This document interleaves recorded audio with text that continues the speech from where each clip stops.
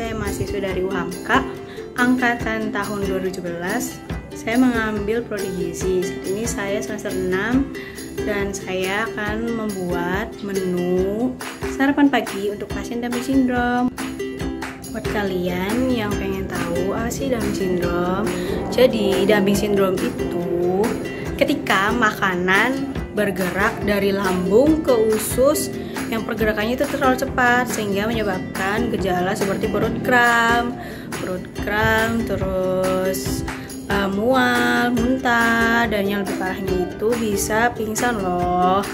Ih, kok serem banget sih kak? Itu kenapa ya Dumping Syndrome? Iya, Dumping Syndrome itu apa sih? Itu kelainan, sebuah kelainan. Bukan kelainan sih, lebih tepatnya dampak ketika seseorang yang pernah memiliki riwayat melakukan operasi pembedahan lambung. Itu biasanya orang yang pernah melakukan pembedahan lambung, terus pouch atau kantung lambungnya dikecilin, nah itu berdampak ke si Dumping Syndrome. Terus apa sih kak, itu kok bisa sih orang melakukan operasi kayak gitu? Itu tuh biasanya dilakukan sama orang yang penderita obesitas tapi nggak mau diet. Nah, itu langkah cepatnya. Kalau di Indonesia sih masih terdengar tidak familiar ya, tapi kalau di negara Amerika itu Dumping Syndrome, terus operasi pembedahan pengecilan kantung lambung itu udah banyak banget yang lakuin. Saat ini saya ingin membuat menu sarapan pagi untuk pasien Dumping Syndrome. Nah, biasanya pasien Dumping Syndrome itu dianjurkan untuk dietnya tinggi protein, tinggi serat, terus rendah kalori, dan pastinya itu menghindari bahan makanan yang mengandung indeks glikemik tinggi. Yuk kita langsung aja cekidot. Buat menu sarapan pagi untuk pasien Dumping Syndrome. Biasanya kalau untuk pasien Dumping Syndrome itu diberikan dietnya rendah energi, tinggi protein, tinggi serat, dan yang pastinya rendah indeks glikemik tinggi. Menu sarapan pagi untuk pasien Dumping Syndrome itu saya rekomendasikan bubur beras merah, kacang hijau, dan tim tahu telur. Dan untuk selingan paginya itu saya pilih buah berupa apel.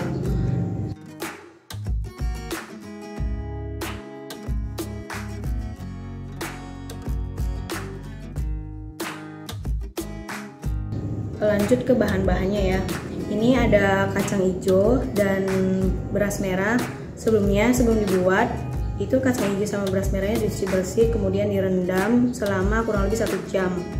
Ini ada telur ayam, ini ada wortel 25 gram, dan ini ada tahu putih 25 gram, dan ini juga ada timbangan makanan. Yuk, let's go.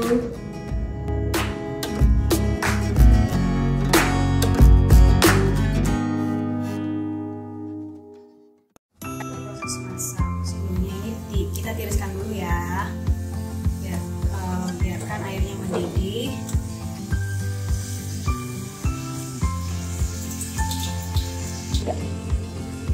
Kalau airnya udah mendidih, kita masukin. Aduk-aduk, buburnya bentar lagi jadi. Jangan lupa diaduk-aduk terus ya biar cepat mateng.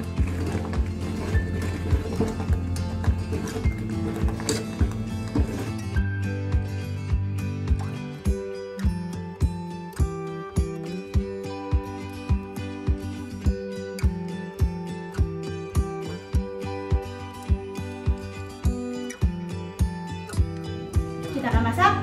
Untuk lauknya ada tim tahu telur.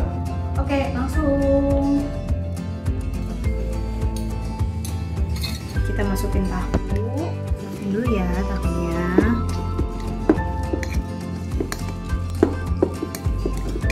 Ini Ini kurang lebih tahunya 25 gram. Kita masukin sayurnya. Di sini ada wortel kurang lebih 25 gram. Gak kalah penting ada tahu. Tahu telur.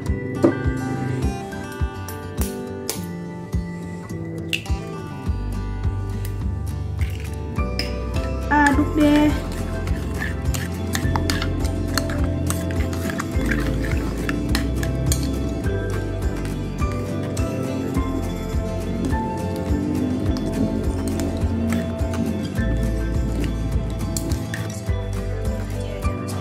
Buat orang diet gak boleh asin-asin. Oke. Masukin ke loyang.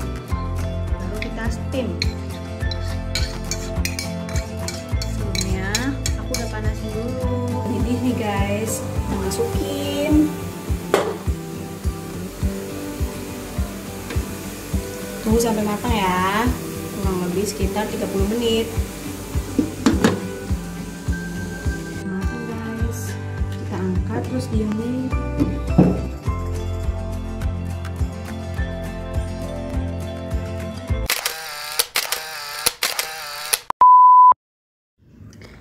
Ya, langsung ke presentasi hasilnya aja ya. Hasil dari masakan untuk sarapan pagi pasien Dumping Syndrome. Nah, ini sarapannya itu kalian pasti pada nanya, kok kecil banget sih porsinya, bakalan kenyang nggak ya?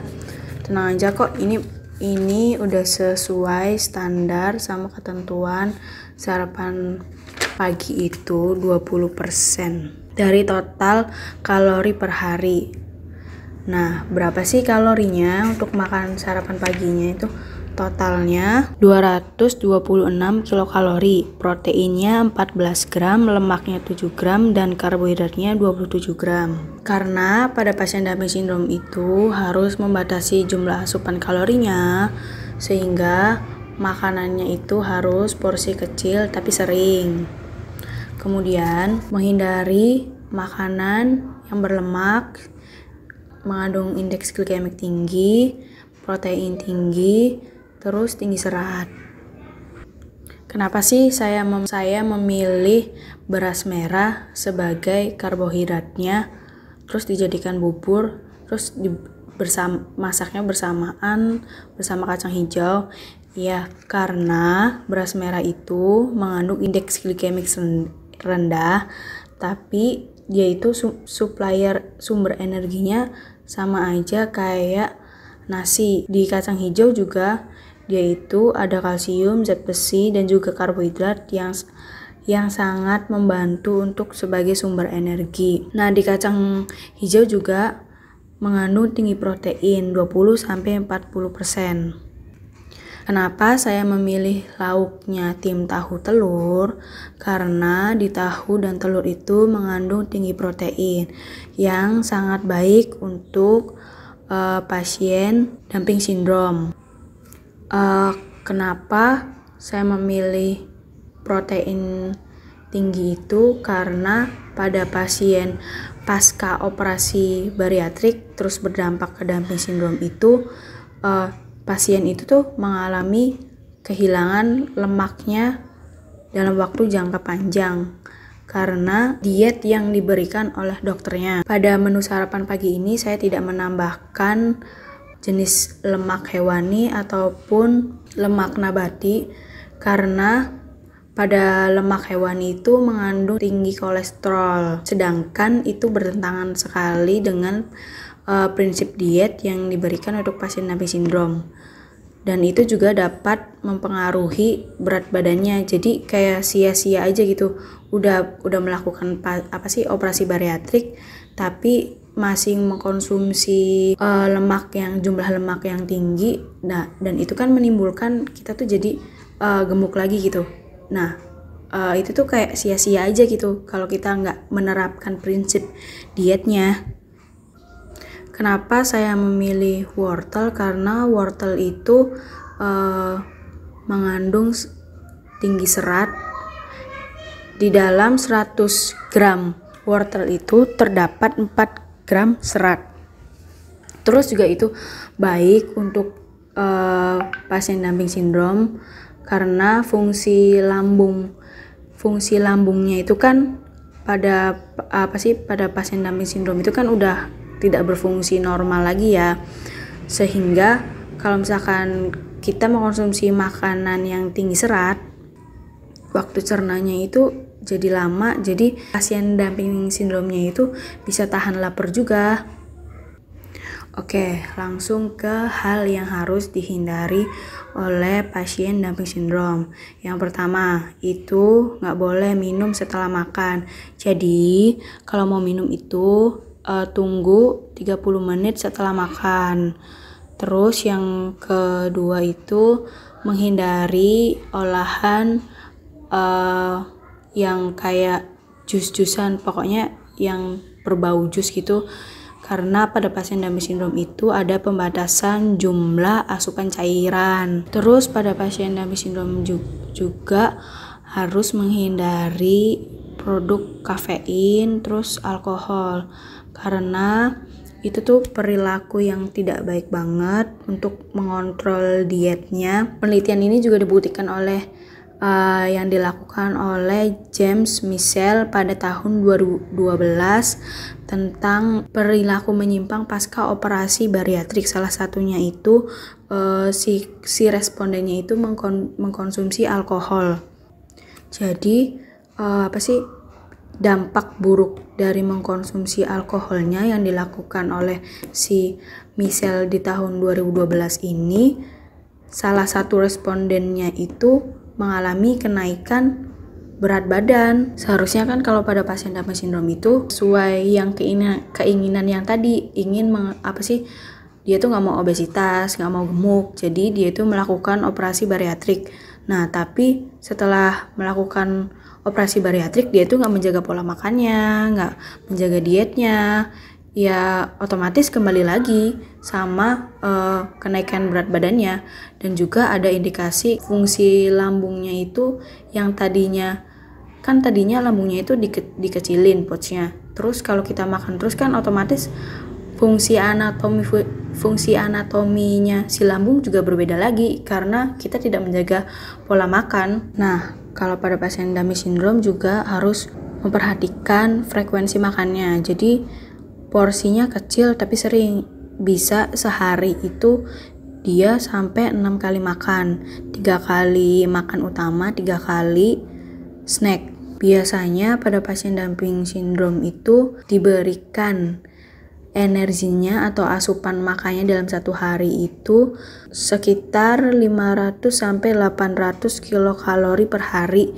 Itu tuh untuk pasien yang satu hari setelah operasi bariatrik, sedangkan pemberian 1000 kilokalorinya itu setelah 3 bulan menjalani operasi bariatrik. Terus pada pasien dumping sindrom juga dia itu harus menghindari makanan yang manis-manis, takutnya itu ada kenaikan berat badannya lagi. Oh ya, yang harus diperhatikan banget itu, jadi kalau pasien dumping sindrom makan itu harus benar-benar dikunyah, pokoknya pelan-pelan, nggak boleh buru-buru.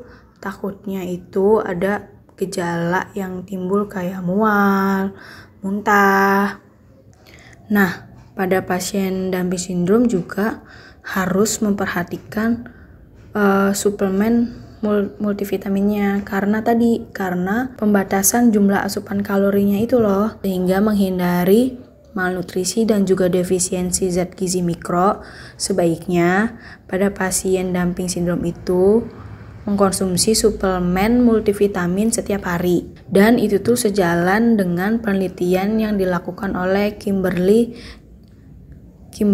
di tahun 2013. Jenis karbohidrat apakah sih yang aman Kak buat pasien dumping sindrom?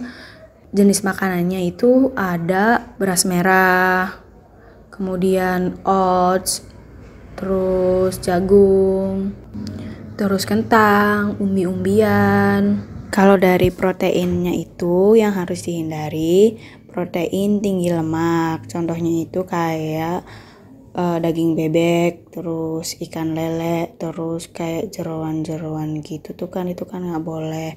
Nah, sedangkan yang boleh dimakan itu seperti ikan, udang, daging merah. Daging merah tuh kayak daging sapi, tapi yang bagian lemaknya itu dibuang. Nah, kalau dari lemaknya sendiri itu yang nggak boleh dikonsumsi pasien DMS sindrom ada minyak kelapa sawit, santan maksudnya, terus dari minyak ikan, pokoknya minyak yang dari hewani. Terus yang boleh dikonsumsinya itu, tapi ini cuman buat porsi kecil gitu, jadi dikit aja pakai minyakannya kayak buat numis gitu tuh. Terus nggak boleh makan yang goreng-gorengan, takutnya itu timbulnya kenaikan berat badannya lagi. Jadi percuma gitu kalau misalkan pasti kita udah operasi pengecilan kantung lambung yang kita pengen langsing, tapi kita pola makannya itu nggak baik. Nah, kalau dari lemak sendiri yang boleh dikonsumsi oleh pasien DMS sindrom itu kayak minyak zaitun, minyak jagung, minyak wijen, itu deh. Dah, terima kasih.